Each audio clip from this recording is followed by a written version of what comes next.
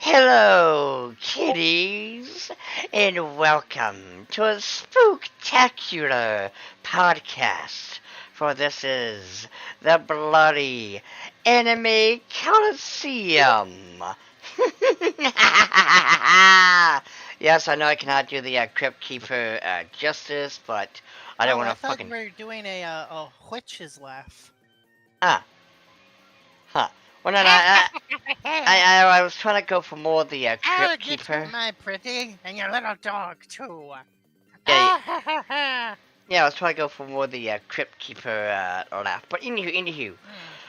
So, hello, and Doing welcome. fuck it, what, Huh? shit. Who, Christopher Lee. Have you tried doing a Christopher Lee impression? No. Definitely has a voice that would sound amazing as like a host for a horror series. However, I could sound like this, the old storyteller. Please do not ever try doing a Christopher Lee impression. What? Why was it? I mean, I know this is usually my Dio Brando voice, but it's like. It kind of sound. Oh shoot, I forget his name. The one guy from The Mask, the author of the Mask book. Oh, also, in the hi, movie. episode hugs. Greetings, Abyssal Tech. How you doing? Hope everything is going well. Mm-hmm. I am enjoying pizza. Yes, but Like anywho. sound okay? Mm-hmm. Everything sounds a-okay, but. Let's see, what have you... Okay. Oh, Abyssal's still here. Mm-hmm. And Abyssal is still with. in the shot. Yeah. Oh yeah, this is Oh, the haunted mansion. Mm-hmm. No, actually, I think it's the haunted house at the begin. You see at the beginning of Scooby-Doo. Where are you? But anywho. Yeah. But nah, Abyssal sadly is not with us, but he is with us in spirit. Because true bandmates never, abandon each other. That's not rock and roll. Now. This ain't the Rocker, and we ain't Vesuvius. Hey, listen. Shut up. We're gonna be a band. I'm gonna be the lead guitarist. No, I was referring to the movie The Rocker. Yes, I know. Erica, you get to be the drums. Abyssal, when you get back here, you get to be, Abyssal plays drums. Wait. I'm gonna learn I'm playing bass. Wait. Like, you being real right now? Like... Yeah, he plays the drums. Oh, nice, Abyssal. Nice. But anywho. But let's get back. I think he's getting better, but I think he could use some criticism. But anywho, yes, hello and welcome everybody to the Spooktacular podcast. I hope you're ready for a scary one, and I will use as many puns as creepy puns as humanly or unhumanly possible. Now, with that being said and done, I am your glorious, classy host, Color Never Melter. And I am your Clenny hostess, Erica Ironblood. Actually, I don't have a Clenny outfit, so... And Alex? But... Oh, go on. Oh, sorry, Erica. Oh yeah, Erica Ironblade here. Greetings and salutations. And then Silhouette. Silhouette? Who's Silhouette? Alex T. Kidd. One in the 3 provinces. Yes, do your little intro. Howdy. Very spooky. I don't. I don't really have an intro yet. Alright. Okay, very spooky indeed. Well, we'll give you a hyper-realistic blood or something to, you know. Oh yeah, that reminds me. I jokingly.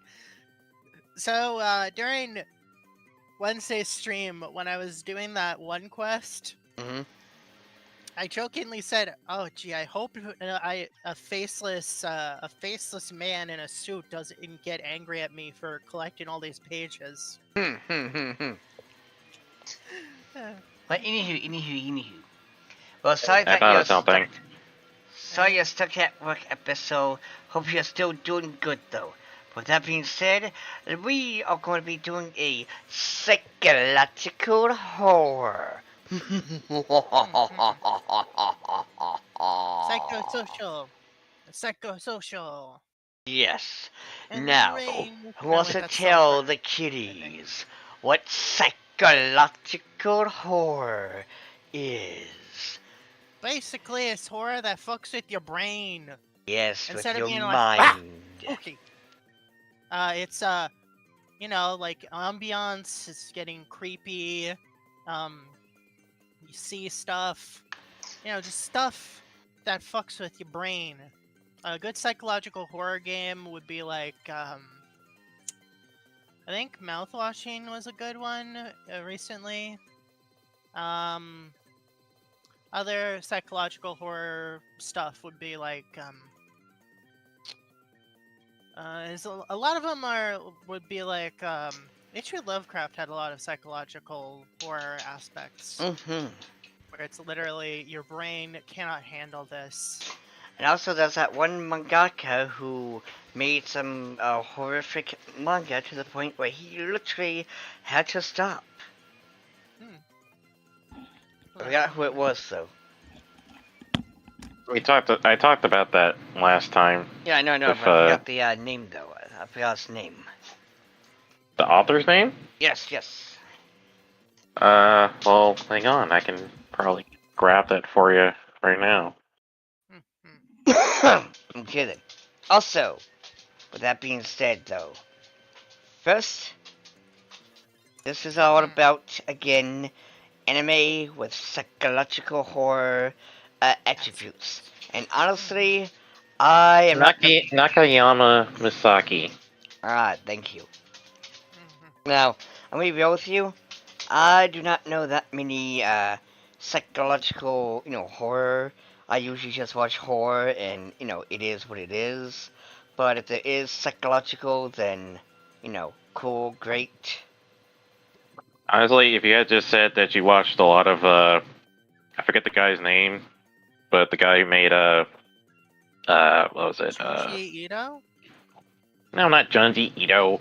I was not about to say Junji Ito. I was going to say the guy who made a Paranoia Agent. Ah. Yeah, have you had said that guy? Oh, Silent Hill. Silent Hill is a really good psychological horror game. Oh yeah. Silent Hill, definitely. I have played that, and I really do enjoy them. But with that being said, though, let us first start things off with the anime of the day. I think actually Abyssal was the one who chose this, so Huh. Well, I thought I chose I it. only watched a little bit while my sister was watching it when it debuted. So I am not super familiar with this anime.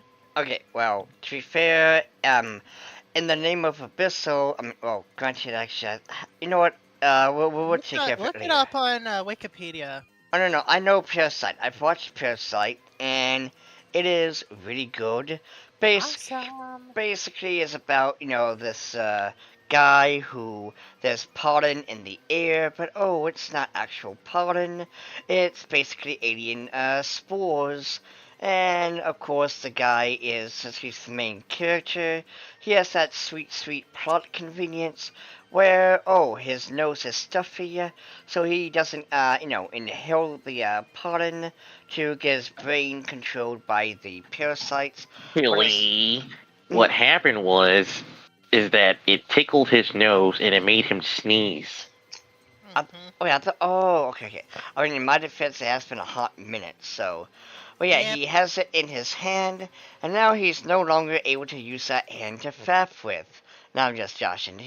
It's it turns into, and I'm pretty sure the internet has drawn nothing but wholesome things with that idea in mind. But it is a thing of like, you know, he basically goes around, kills other parasites. He, kind of the parasite learns that doing this kind of thing isn't good, yada yada yada.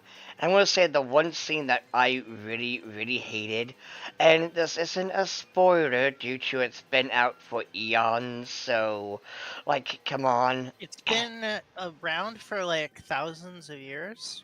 Yes, okay, yes it I has. see. But anywho, so apparently the scene with the mother was so damn heart wrenching. Like, dude, no, come on, why? But Is it on par with Edward?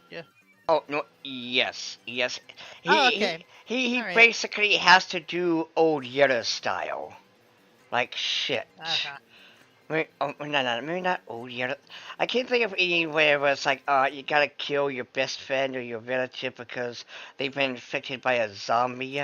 But you know what? Yeah, they gotta do that. Mercy killing. Yeah. I mean, I was wanting to be more colorful, but yes. But no. Alex, is there anything you want to, add into this?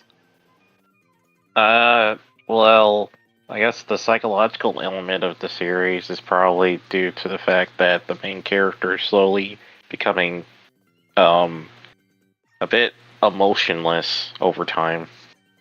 Mm. And Due to the fact that, being bonded with the, parasite and stuff gives him enhanced, while it gives him enhanced abilities, it also might change his, I guess the way, yeah, it basically makes him less human in a way, but not completely.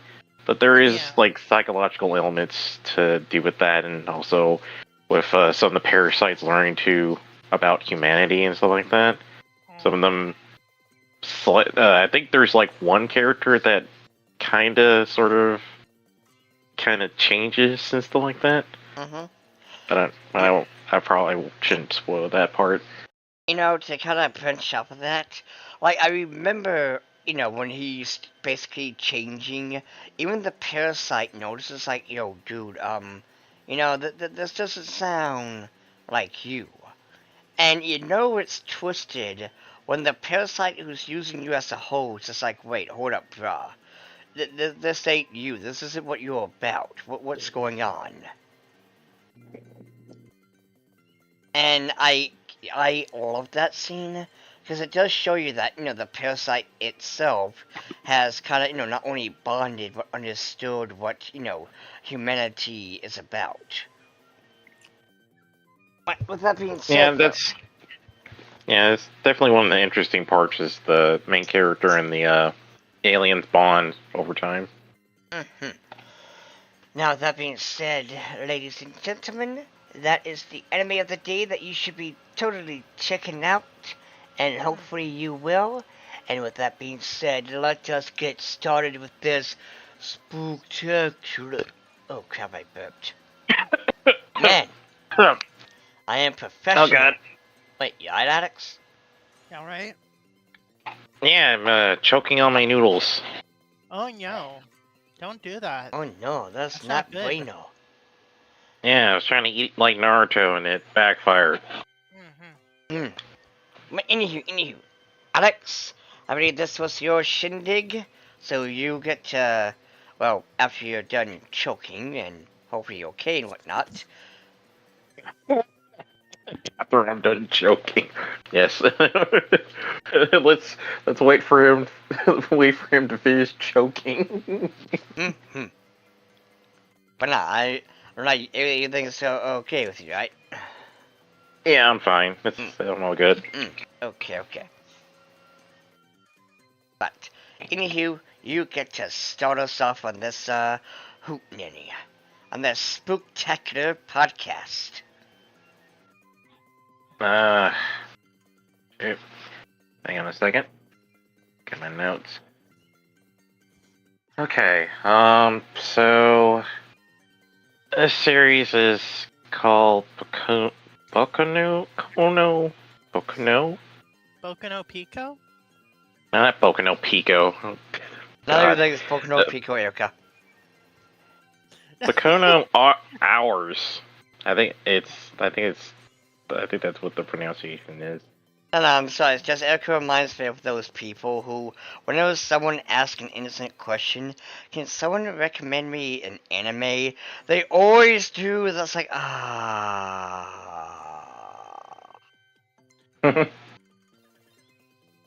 But anywho, continue. Yeah. So this series, I kind of only made it like halfway. I haven't finished the entire thing quite yet, but I didn't read enough to kind of get the gist of what was going on. So the series, I keep thinking it's Rakuno or Bokuro. I can't remember what it was because I should have got the one that actually had the English title on it. Regret. That's a regret. Oh, Bokurano. Okay, Bokurano. Alright, so the summary for the series is that during summer vacation, 15 children discover a mysterious man living in a seashore cave. He claims he's a game dev and is working on a video game with a giant robot defending Earth against 15 alien invaders. Asking them if they could play test it, they agree, but soon find out this game is a lot more real than they bargained for. Worse yet, one of the children die after their first victory, and they have no idea how to quit or leave the game. Oh shit. You mean this is a good version of creepypasta? Because, usually in creepypasta it's the dumbass gets it from the free market, the game's cursed, and, he dies, and yet he's still able to write the stupid story. It also kind of reminds me a bit of a more serious version of Spy Kids 3D. I just read what Abyssal said. It would be pretty spooky to have one of the co-hosts die on stream. No, thank you. I do not volunteer as tribute. Yeah. I do not plan on dying anytime soon, so yeah, no. Yep.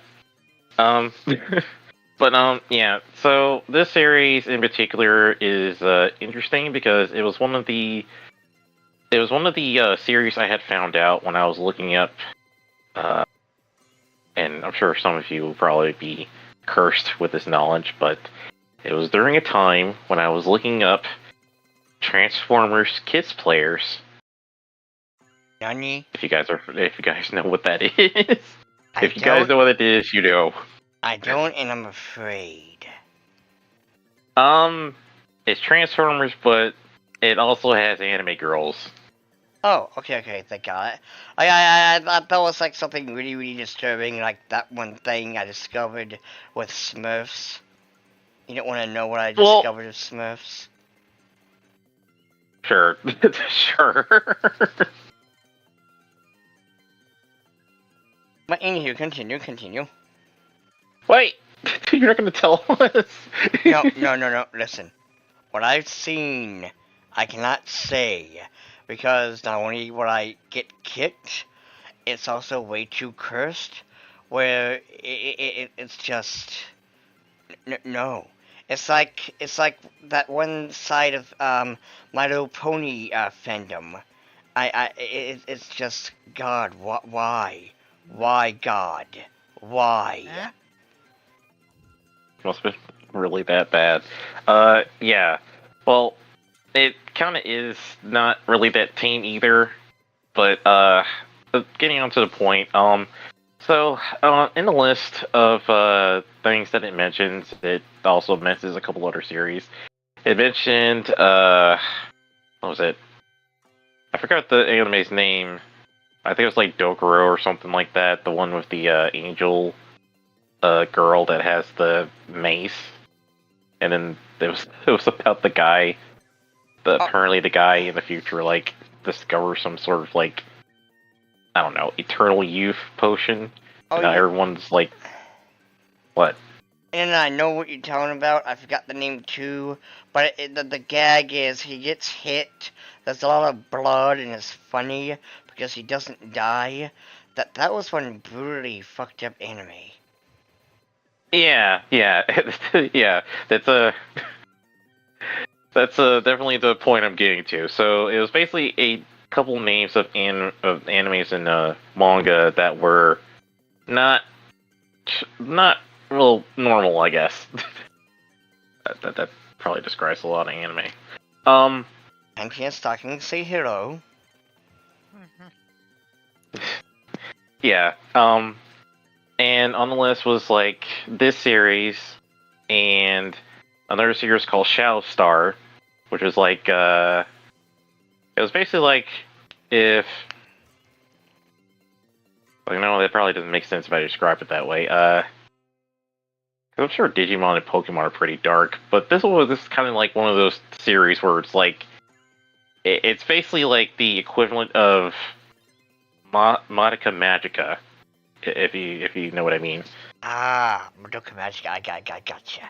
Yeah, but for like Pokemon or Digimon. And this is basically what this series is. It's basically a mecha series, but Maho Magica. Alright. Yeah, and the one thing that's particularly well, for one thing, this series is kind of depressing. So if you guys haven't figured it out already, and I'll tell you this, the reason that one of the children dies is that, well, every time they get into a battle, one kid that pilots it dies. Oh. Basically, the robot runs on their life energy. Oh, so that's And- how it's like Madoka Magic. Okay, I see it. Yes. Now I see. There's a couple other things, but I won't spoil it. But the psychological horror equivalent for this, the psychological element of the series is that, well, you have to the chapters kind of go in between each child, and you kind of know what their life is like, the issues they have to deal with and stuff like that. I think one of them is where someone's mom was like a prostitute, and also their bully was also a prostitute. That was like really. It was like during one of the battle scenes, and like the girl takes a peek into one of the buildings, and her bully is like getting it on with a grown man, and I was like really shocked by that. I was like, what? Huh? So wait. So Okay. I guess the girl was bullying her for what her mom was doing, but then she's also doing this. I was like so baffled by that. Yeah, like none of the fuck. Yeah. And then you have to also kind of consider what the parents are probably going through with all this, because they don't know how the kids are dying exactly, or what's going on and whatnot. Well, But then, yeah. well then, okay, wow. Okay then, now, what is the, psychological port, or horror port? The psychological horror part? Yeah. God. It's the twist. Uh-oh. That's all I'll say. Ooh, okay, and I like that Besides- you did that.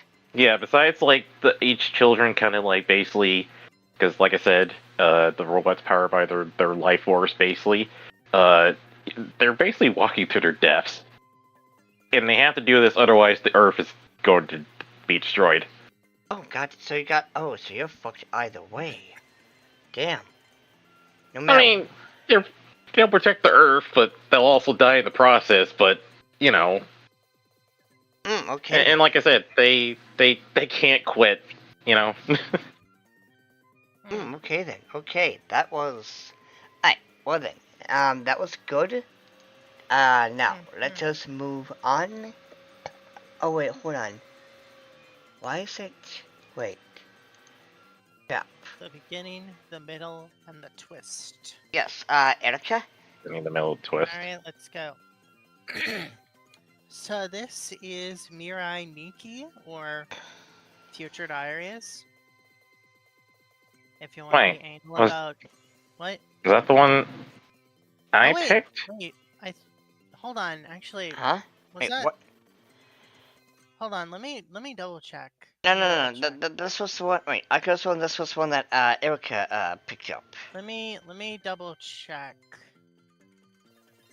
I remember picking Miraniki, and definitely the first one and Ghost Hunt. Those are the three I picked. I think this was yours, but let me Oh crap. try to go up. Oh, this see was if I on. can get Oh, this was my far- apologies. Well, Erica, then this one. Abyssal did Into the Abyss, and Yeah, no. that. Sorry, guys, that was definitely on mine. I made it oopsie daisy. Yeah, mine was Elfin Lead, Sugar Life. Yes. Yeah, Yes. this is silhouettes. Yes. You put all the silhouettes in the same like group. And then I misplaced it. That was on me. My B. So I'm sorry. Oh, take this since this is yours, Erica. I just once it's yeah. I see. Again, oopsie daisy. It's all good. Alright, so this is Elfenlied. It's not Elfenlied, it's German. It's pronounced Elfenlied. And I'm not gonna say Venus Schnitzel. You just did. Damn it. But yeah, no, there's just so many times someone said Elfenlied, and I'm like, it's Elfenlied! Listen, Erica, my autism says lied. It's lead. I In know. German, the second letter vowel is pronounced. Anyway, so this is a psychological horror. It's also very gory. I'd say people getting the title wrong is like, they lied. Bad Yeah, Alex. it translates to Elfson. Anyway, this is a story, an anime about Lucy, and who is a race of humanoids, called Diclonius, who throughout the manga and even the anime kind of falls into the problem of the manga. The manga flip-flops a lot on the reasons why Diclonius want to exterminate humans. First, it's like, it's because humans are horrible to them, so they lash out and they fucking murder people.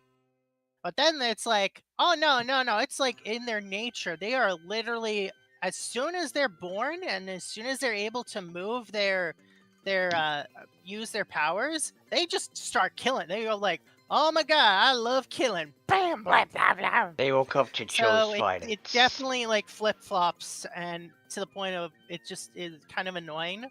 Thankfully, the anime doesn't get too far into the manga for that to be too much of an issue. But yeah, this is about Lucy, who is the queen of the Diclonius race, essentially, who, through some bizarre turn of events, manages to escape a maximum security facility and is shot in the head by an anti-tank rifle. Thankful, it wasn't enough to kill her, but she does have amnesia. Well, no, not amnesia. She basically just develops a split personality and is actually taken in by Kota, a boy who has selective amnesia due to an event that happened 10 years ago. And he lives in this large house with his cousin, who might be a little too friendly with Kota, her cousin Kota. Has uh this alternate personality of Lucy is called New, and she is just a very sweet, innocent, almost childlike person. Um but when she gets bonked on the head, her personality reverts back to being Lucy, who is like this just psychopathic, mass murdering person. Yeah. So a lot of the psychological stuff is the whole why are Diclonius killing people? The idea of being seen as either a monster or seen as an asset, people developing attachments to stuff, and also the whole what causes Diclonius to actually want to kill humans, as well as why does Kota not remember what happened 10 years ago?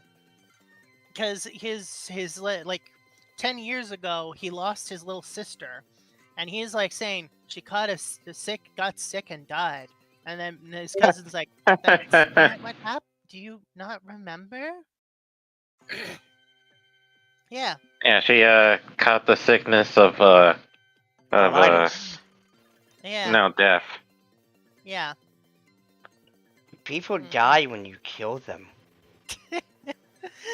It's a very serious illness. Haven't found a cure for it yet. Yeah. People die when they're killed. Yeah. But other than that, you got anything else, Erica? No, this is a pretty good. Oh, there are also aspects because there's another girl who's homeless, and through flashbacks, it's heavily implied that her stepfather did very inappropriate things to her. And when she tried to explain this to her mom basically forced her to. I haven't rewatched it in a bit, but basically it caused this girl to essentially run away.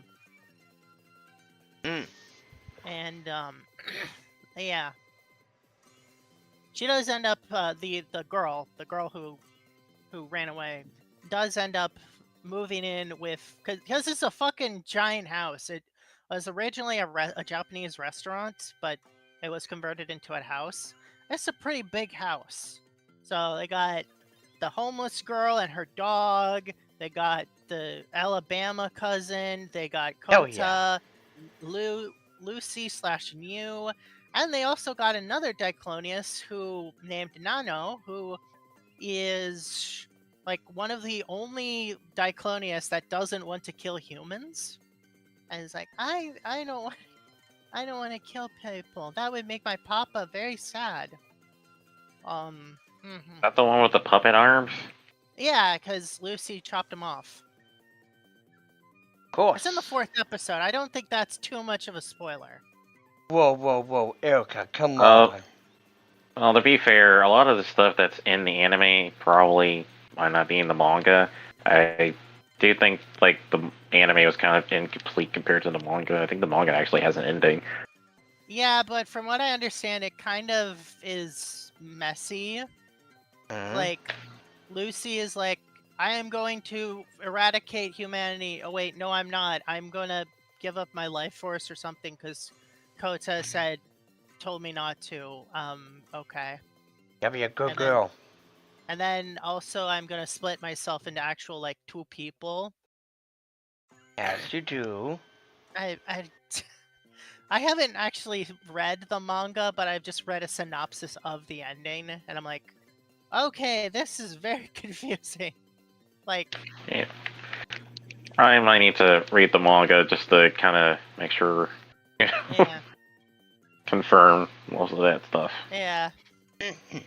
But alright, Which now is then. why I said I think it's a good thing that they ended the anime where it was, because it implies that the loop essentially Lucy is gone and all that left is new. Mm-hmm. I didn't get that from the ending. It was kind of ambiguous. So in the ending, well, it's implied because throughout the anime, New was trying to figure out how to get the clock to work, and Lucy is often associated with the music box. In the end, the music box stops working, and the clock starts working. Ooh. But Yeah. remember, I think I vaguely remember that. in the end, it didn't even matter. I'm Linkin not sorry. Park is a great band. Oh yeah.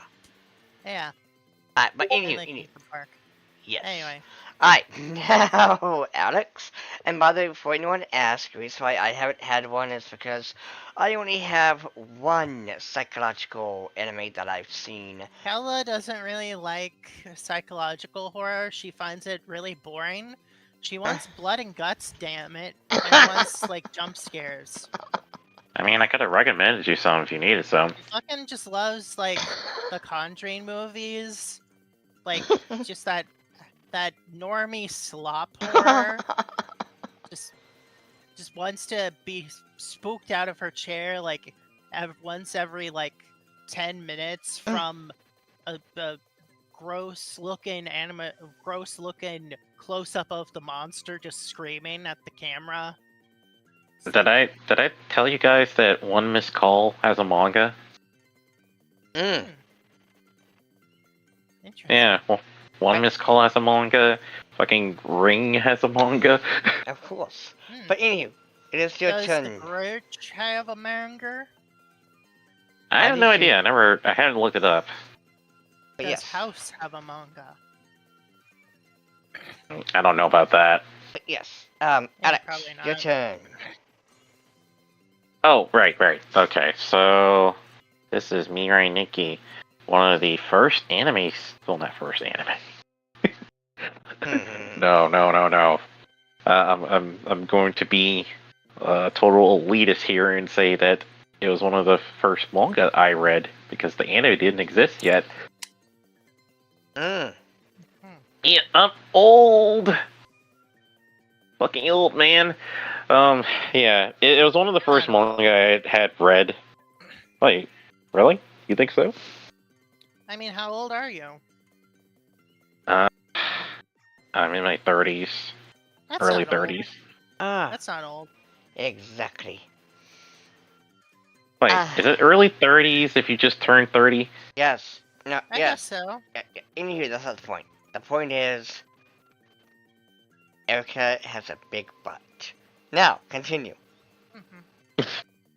Okay, so American Nikki was one of the first mangas I had read. This was like right after I had discovered that I could read manga online.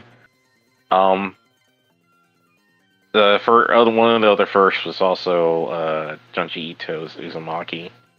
Yeah, no, it's what a way to start reading manga, right? So the summary for this series is Amano Yukitaru is a second-year high schooler who has trouble making friends. Thinking of himself as a bystander, he writes down everything he sees in his cell phone diary. Tired of his solitude, he images up a friend named DSX Machina, who is apparently the Lord of Time and Space.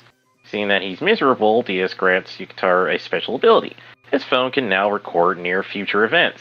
Yukitaru is then forced to participate in a survival game, where against 12 others, the winner will be DS's successor. Nice. Yeah, Also, it's apparently all of the contestants are based on the major Greco-Roman gods. Really? Yeah. I didn't know that. In the anime, the first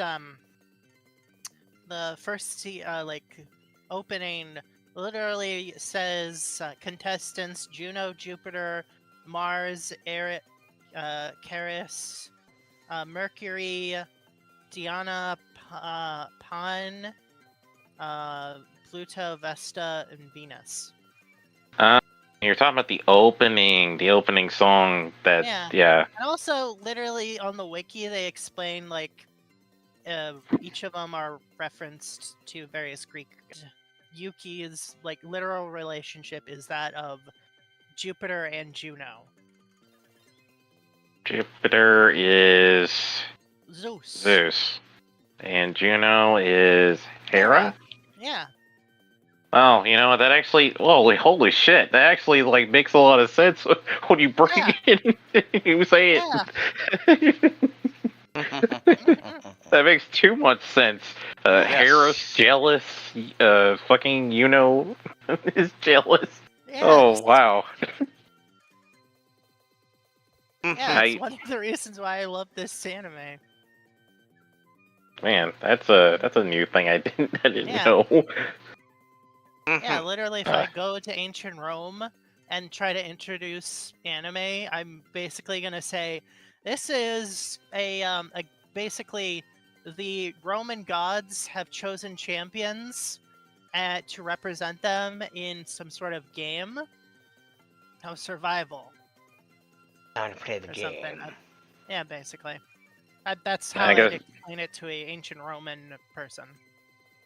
But anywho, is there anything else you want to add, Alex? Well, fuck. Well, trying to figure out what to really else to say about it. I mean, not the title. Well, the title is actually pretty interesting. I think it was the first time I actually started to learn a little bit of Japanese, I guess. Nice. But I think the other thing is just the fact that this is probably one of the first survival series I ever watched. That's probably why I like Danganronpa so much. Is there like one section in the series where literally drugs and kidnaps Yuki and puts him in like a room in an abandoned warehouse? Oh yeah, to keep him safe and stuff. Yeah. Like basically Yuki didn't want to, he didn't have the killer instinct in him at the time, so was going to do all the killing for him. Oh, and then there's also my most favorite scene in any anime is when literally tricks Yuki into murdering his friends. As you do. What do you mean? Yeah. Why is that your favorite?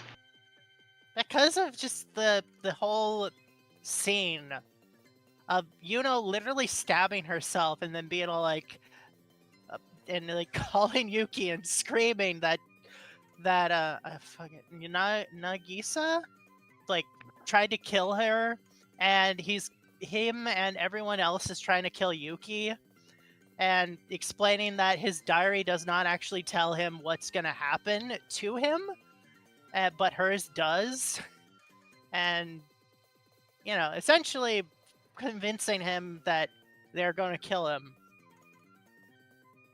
Is that near the end? Yeah, it's near the end. Okay. Well, I don't know if I don't think that's a spoiler per se. I mean, it doesn't spoil the actual important part of this story, but Yeah. But now that being said, shoot! What? I don't think I was supposed to go over the psychological horror element. Right. Yes. What is this psychological horror? So I would say the psychological horror element will fall in line with, well, holy shit, I can actually see the future. Holy shit, I'm in a survivor game where I have to fight other people. Holy shit, these people's lives are kind of fucked up. I think, was it 6th or 4th that was like was part in a cult, and after her parents got killed, the cult members did very horrible things to her. Yeah, that was yeah. Mm-hmm. That, and then there was the one that was, I think there was the lady that was at the daycare, and then Oh, there's yeah. that one kid with the fucking puppet. Oh, yeah. Yeah, I think that was fifth. And then there's the cop guy, and Yeah, well, I think he's... his partner who was also really infatuated with the terrorist lady. That was one of the funniest parts of the series. Just how infatuated that guy was. Yeah. I mean, he got what he wanted later on. So I mean, like, hey man, good on you. Mm-hmm. And But then there's also, like, just Yuno's whole backstory, the stuff that Yuno ends up doing, and then also what ends up happening to, like, just a lot of shit is fucked up. Like, yeah, and I mean, like, knowing that, and the whole thing, especially when you what was it called? Whenever you were basically cornered, their phone would basically tell you that it's a dead end. mm-hmm. That they're like knowing your future is basically like, you know, there's no getting out of certain situations, stuff like that, and It's like whatnot. That's in Norse mythology, essentially, if you know the future, you can't change it, essentially. yeah, Mm-hmm. Though I'm yeah. pretty sure there's some elements in Future Diaries where they can change it. It's just if they have dead end at the ending of it, Yeah. that's when it, like, you can't change it. Mm-hmm. Yeah. So I'd say the psychological horror really does come from the characters and just their Concept. personal experience and just enduring this death game while also Yuktar, you know, trying to also, you know, trying to survive too. So yeah. Mm-hmm. Alright, now it is my turn. And, okay, so this was kind of weird to me. Because I looked up psychological horror anime on Google and, you know, searched everywhere. And Mhm. apparently Tokyo Ghoul is considered psychological horror. Now, granted, it's about this dude who went on a date with this hot girl who turns out to be a ghoul, kills him, turns him into one of them, and so he has to now basically, you know, live as a ghoul. He can't eat meat, which I gotta say, as someone who loves the taste of meat, and it really sucks because goddamn. But he is forced to basically live his life as a ghoul and shit, and well, not the issue, but the psychological part is seeing him, kind of like with the Parasite, but a little different. Seeing him change over time, because he's been trying to be a pacifist, and I want to say it gets to the point where I want to punch him in the face, because there's this dude who I believe is, I know he's based on Jason Voorhees due to the mask, but this dude is literally torturing him, and he still remembers, as Mother said, no matter what, don't fight back, basically. Don't, you know, punch anyone or anything that's like, this is stupid. This is a dumb logic. And it's great to see he finally spines up and starts to, you know, take action and kick ass and take names. And honestly, the first season is really good. We don't talk about the second season. And we also don't talk about the community who totally are just wholesome chunguses. For real, for real. But other than that, though, this was a really good anime. And the psychological part comes with the main character having to really figure out that he has to basically become a ghoul or he's going to starve. Hmm. Now, have you two seen Um, this? was the first season the one where it diverges No, the second on the season. manga? The second season's a whole new story and everything, which is absolutely shit. Oh, okay. So it the second season goes. Is it? I'm sorry. I'm trying to remember if it was like it diverges when it gets to Tokyo Ghoul Re, or is it still on the first story though? No, the first season is still, the first story. Oh, okay. So that means the second season is the one that goes into Re, right? Yes, I believe. It's been a hot minute, but Okay. I haven't watched the anime, but I have read through the entirety of the first book. I'm still reading Re. I don't know what what force made me try to like read the entirety of the first book and try to get past through the second one. I couldn't do it. I couldn't do it. I didn't have the strength. I mean, why not? Like, why did you not like the book? What went wrong? No. It's not that I didn't like it. I binged the first book. That was the problem. Oh, okay. Okay, I gotcha. I misunderstood that.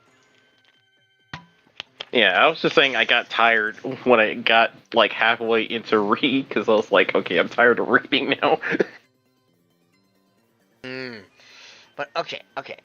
Now then, with that being said, now who was this? Which one of you was this? That's also mine. Okay. Well, go ahead, Alex, take the stage.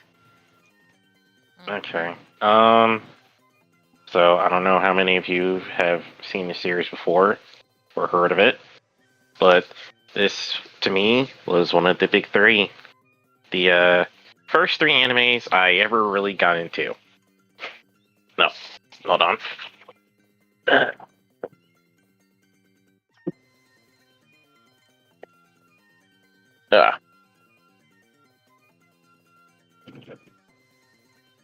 Sorry, my nose is getting stuffed up. Mm. But yeah, it was one of the first animes I got into. The big three. And the big three were Higurashi, School Days, and Ghost Hunt. Why did I get into these series? Because I watched a video compilation that basically had all these series in them. It was mostly a death compilation.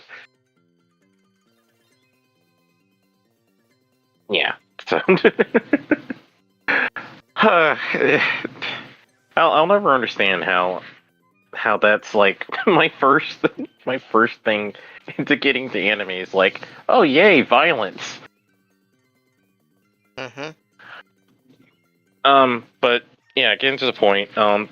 Ghost Hunt is a shoujo manga. And you probably wouldn't know that from just looking at it.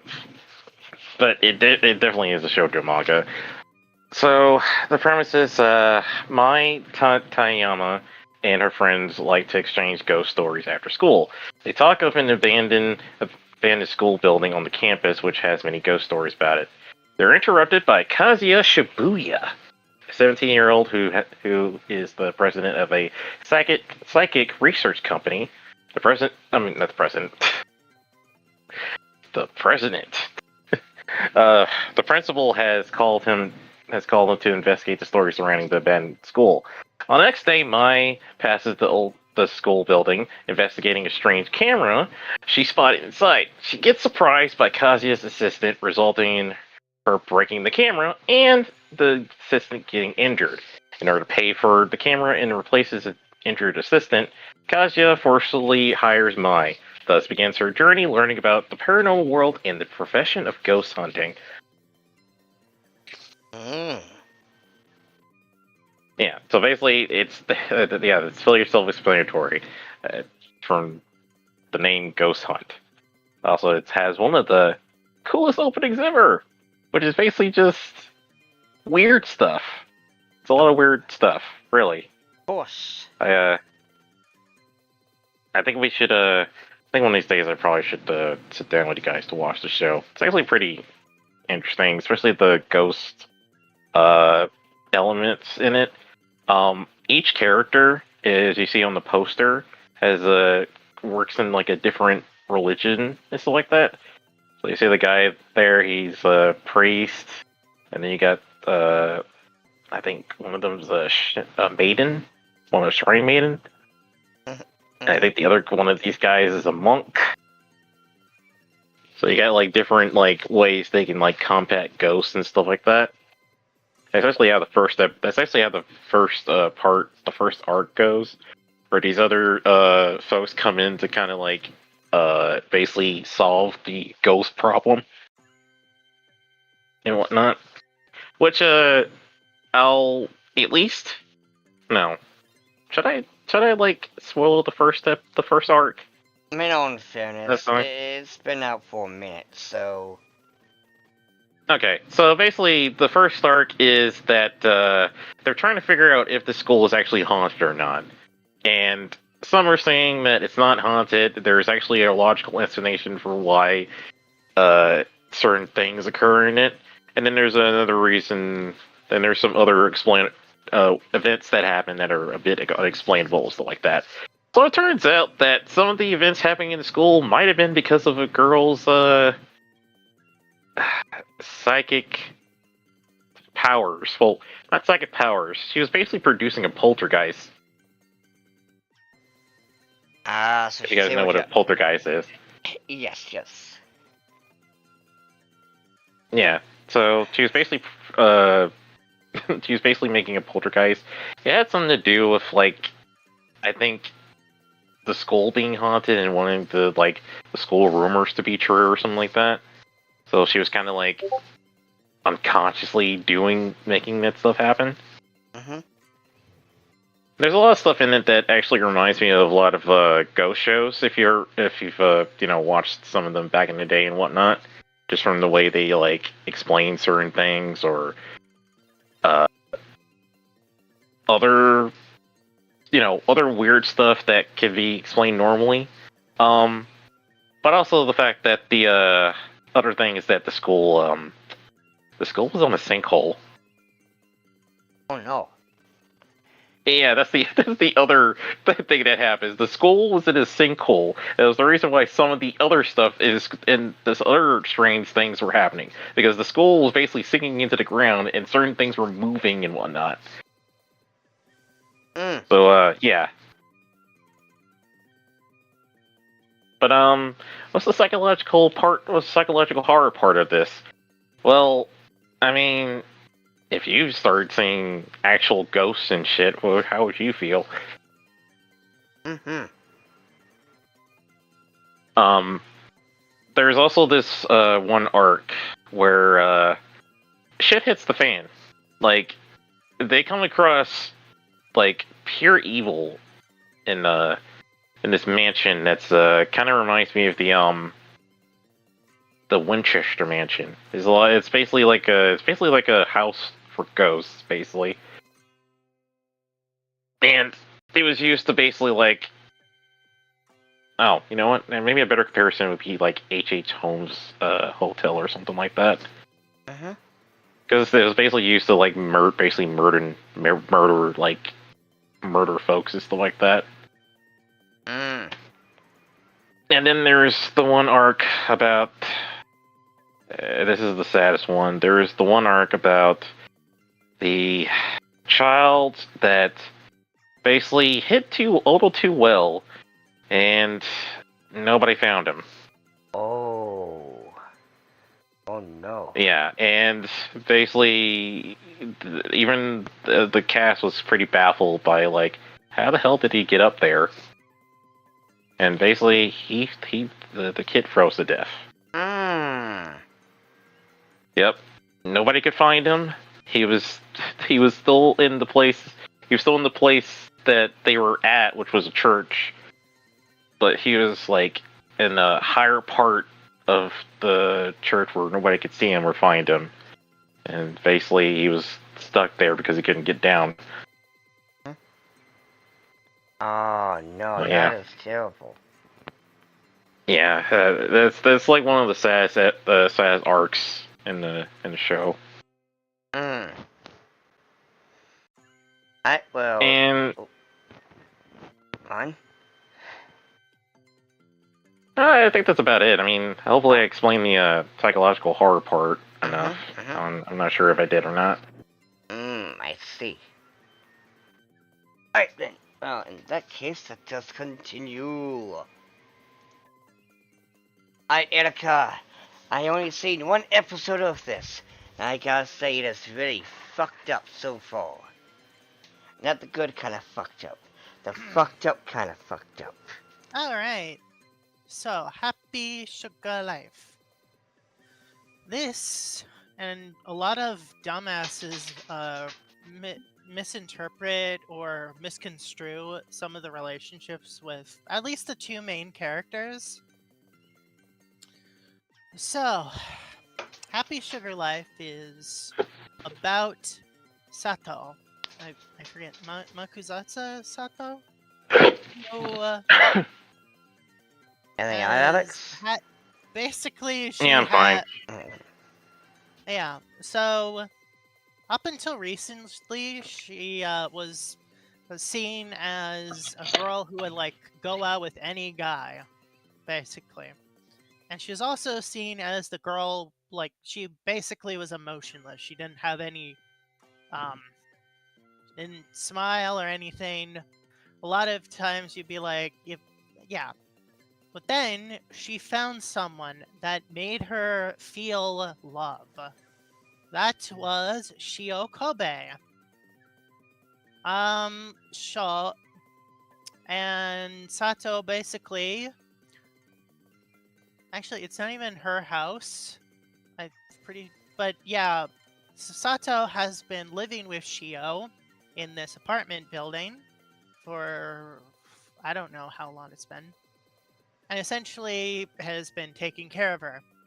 A lot of dumbasses assume this is like the typical misconstrue their relationship, but if you actually look at it, actually watch the show, you can see it's more of a misinterpretation of maternal love, essentially. Sato, like all of her like affection towards Shio is more of what a mother typically acts and behaves towards their kid, essentially. But Sato doesn't really have a lot of experience with like actual love because she lived with her aunt who her definition of love is letting your lover do anything they want to you. Because yeah. Then there's also so basically Sato has a lot of baggage, emotional baggage. Shio has a lot of emotional baggage with being abandoned by her mother after they ran away from their abusive father, whom basically was left to and then there's Shio's brother who, after their father finally died, is trying to find Shio. And then there's a bunch of other characters who have their like fucked up shit, like shoot, I forget his name. The one like twink looking guy, basically his boss at this one place was very jealous of Sato, so she basically brought him into her office and he wasn't heard from again. And then Sato's like, "Oh, I know where he is." And yeah. Yeah, so the horror element is certain people dealing with their psychological torment, like trauma, and also the fact that a lot of the perpetrators of said psychological trauma, or some of the really fucked up people, can exist in real life, such as Sato's teacher, high school teacher, or the boss at that one maid cafe that Sato briefly worked at in the first episode, or yeah, it's just like, or Shio's dad. Just the fact that these people, these sorts of people, can actually exist. You could, and that's more scary than like some sort of monster like coming after you. Mm-hmm. To you, like, So it touches knowing on the that whole you could, realistic side. yeah, this is a slice of life, but only if you like your slice of life like you like your coffee, dark or bittersweet. Mm-hmm. Yeah, I really like it. Unfortunately, it's on Amazon Prime, so A, not a lot of people know about it, and B, there is no physical release for it, at least here in the West. I see. Well then, It's okay. like I You can said, make your own physical release. Yeah. like I Oh said, yeah. I Well, I guess you can, like, based on the first episode, you can probably put 2 and 2 together and figure out what might happen. But in the manga, Shio ends up really fucked up. Really fucked up by afterwards. Because there is a 10 years later scenario with Shio as like a high schooler. And yeah, she's I see. Well then, like I said, I only seen the first episode with you, and again, it looks like it's gonna be 50 Oh Shades yeah, of I what the fuck. love this. I love this anime, Mm-hmm. and I hope you all like are able to watch it with me. Mm-hmm. Right then. So, welcome back. Happy sugar life. Yes. Now, that being said, well, hold on, we did We this, already didn't we? talked about Yeah. this. Silly Kawa. Oh, Serial Experiments Lane. We've been trying to we've been fighting for 2 years to bring you this anime, but up until this recently, the distributor wouldn't let us take a crack at it. They were hoping to get a cable deal, and that ended up failing, so they let us have a crack at it. And we're happy to be able to bring you this amazing series here on KH, blah, blah, the PBS station from 1990 something. Sorry. So basically, there was this PBS station in the Silicon Valley area that during the late 80s, early 2000s was known for basically playing anime on their station. They were the first ones to introduce the West to Evangelion, I think Dirty Pair, and Sakura Wars, I believe. Yeah. Anyway, a very popular clip of Lane is when episode 7 aired the following Sunday after the 9/11 terrorist attack. Oh no. Yeah, No. Yeah.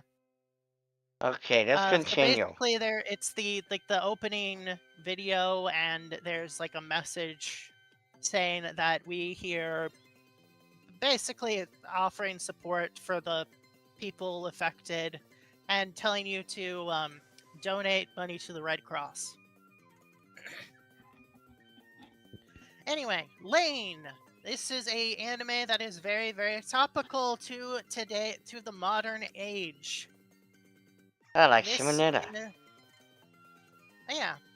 So basically, That way.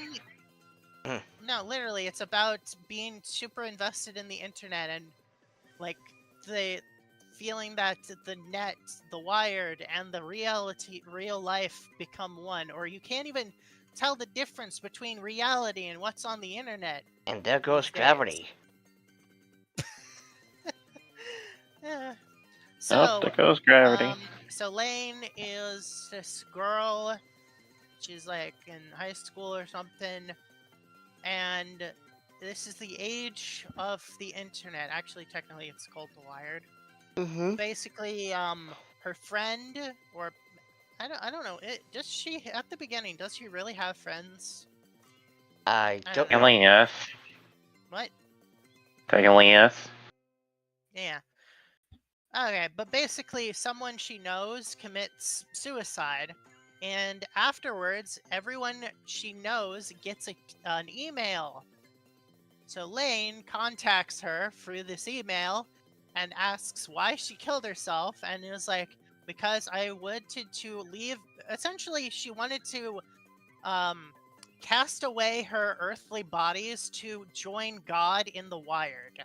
Nani? So, yeah, that That essentially is gets the into gist. a whole plot That is, in the story. yeah. So basically, Lane starts. Well, she basically asks her dad, who is really into computers and stuff, to get her a more powerful Navi or computer. And eventually, throughout the series, we learn more about stuff about the Wired, the people that created the Wired, people in the Wired. Lane, There's actually more than one lane for some reason. yeah, like Lane has multiple personalities, or there's multiple versions of her in the Wired. It's the Lane is like, Laneverse.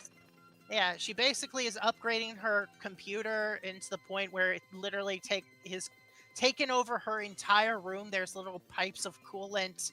There's puddles of water on the floor because of it leaking and stuff. And she has fucking electrodes attached to her. And she's like, and yeah, and eventually it's like the internet, the Wired is, and the reality are slowly merging.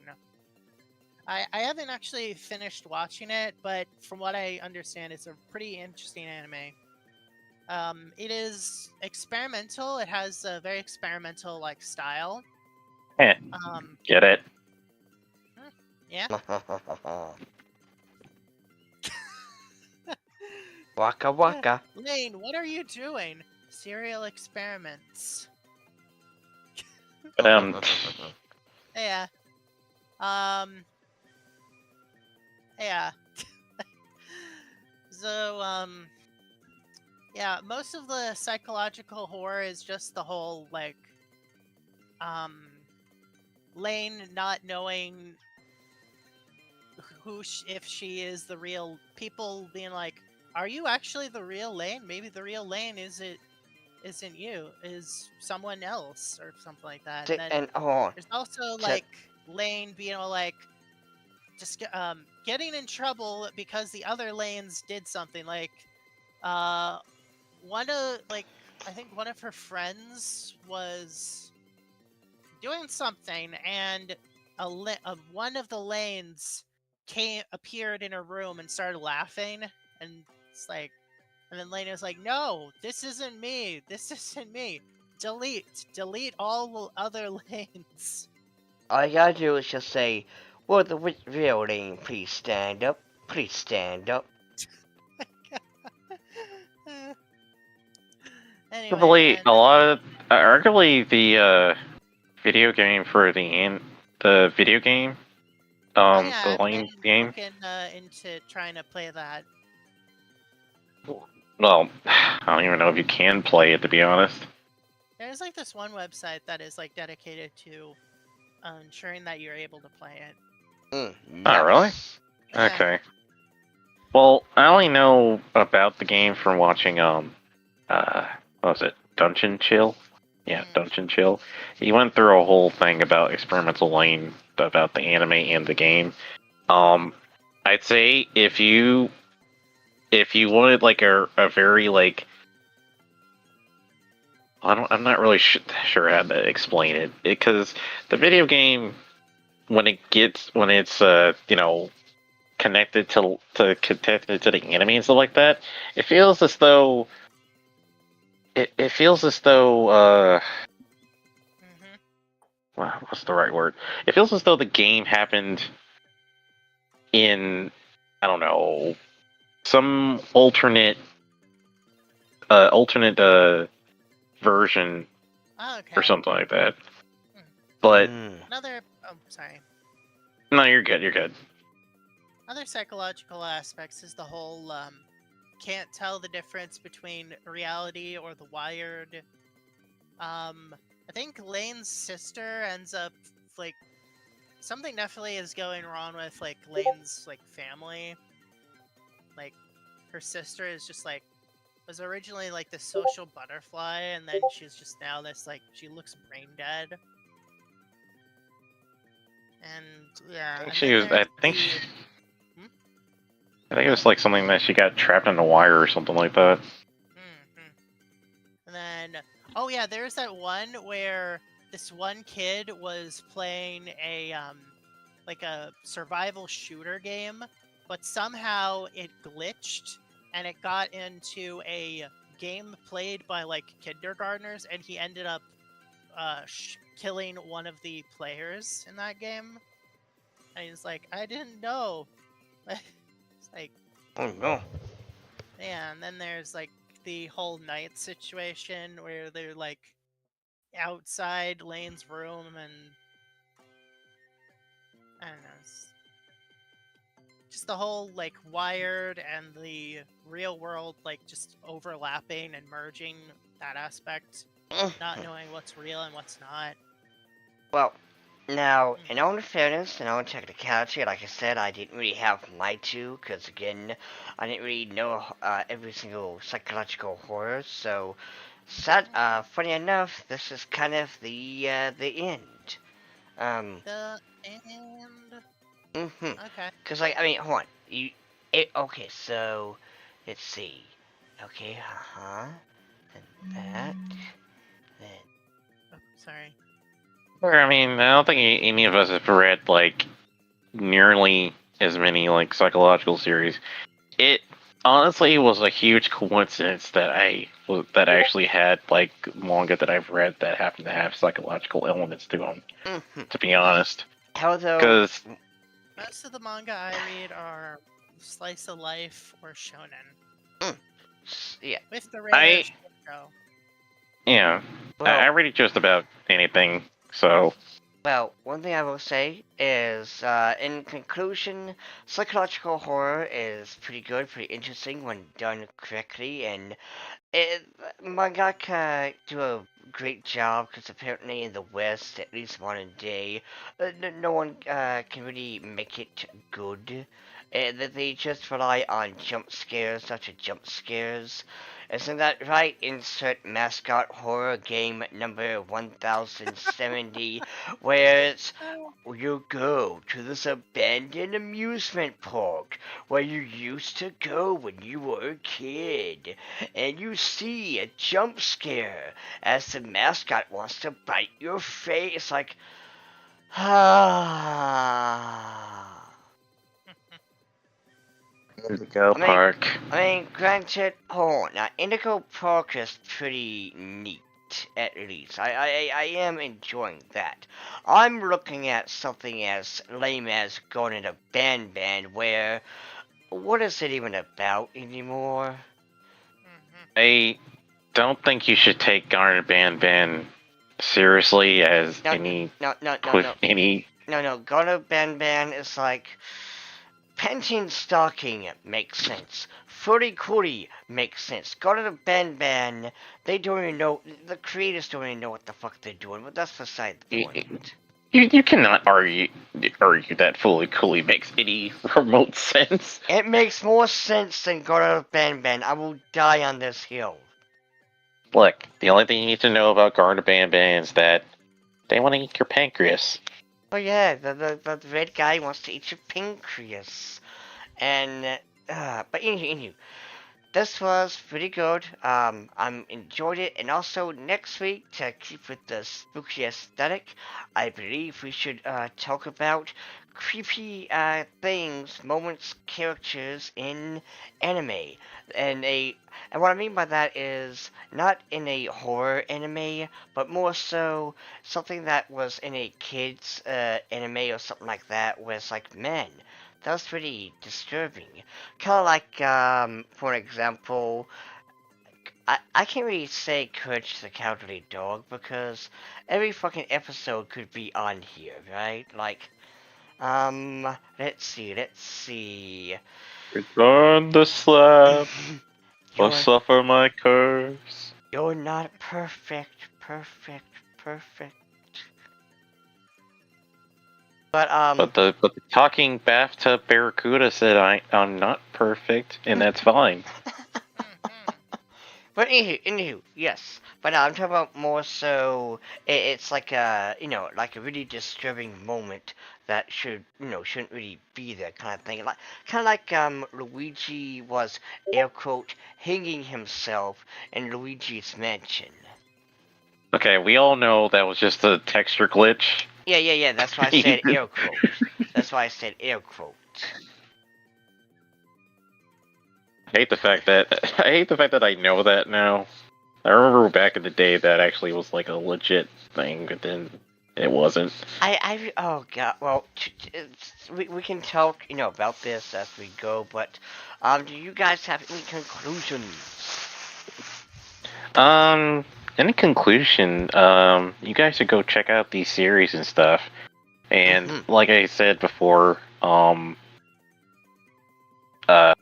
was it? The series Hours and Shadowstar, basically like the equivalent of Monica Magica. Check them out. They're pretty fucked up if you really into that sort of thing. Alright, Erica. Hmm? Got any conclusions? Not really. Okay then, everyone, thank you for coming, and I can't wait to see you next week for another spectacular event. Hold on, let me check the count. Okay, never mind. It's not. Yeah. 2 weeks from now, it's Halloween. Yes.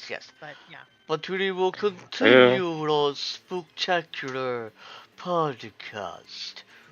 14 more days till Halloween. Yes. 14 days. It has a gun. This is Halloween. What? Halloween. Yeah, Dracula